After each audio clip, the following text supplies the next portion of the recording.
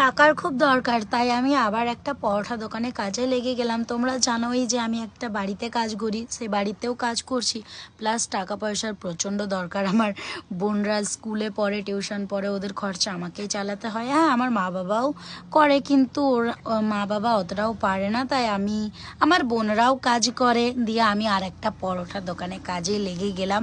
সেই ব্লগটা পরে রাত্রেবেলায় আপলোড করব, ওই 8টার দিকে বা 6টার দিকে, যাই হোক 7টা 8টার দিকে আপলোড করতে পারি। আমার পেজের মধ্যে আপলোড করব, মাধবী প্রামাণিক, ফুল টোটালটা শেয়ার করব। ব্লগটা অবশ্যই দেখবে মাধবী প্রামাণিক আইডিতে, ঠিক আছে, ফেসবুকে।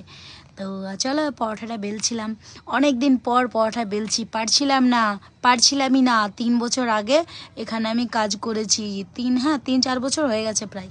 এখানে কাজ ছেড়েছিলাম, এখানে আবার আমাকে কাজে লাগতে হবে, আমি তো ভাবতেই পারিনি। দিয়ে যাই হোক, পরোটাটা অনেকবার চেষ্টা করছি বেলার, কিন্তু পারছি না। ও 3-4 দিন অসুবিধা হবে, দিয়ে আবার পেরে যাব।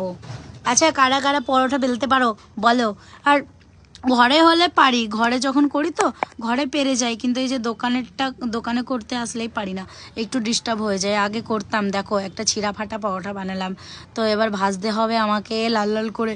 এই খুন্তিটাও ধরতে পারছিলাম না ভাজার টাইমে, কি বলবো তোমাদেরকে। এই যে দেখো দেখো, ফুল ব্লগটা মাধবী প্রামাণিক আইডিতে আসবে, দেখবে সবাই, ঠিক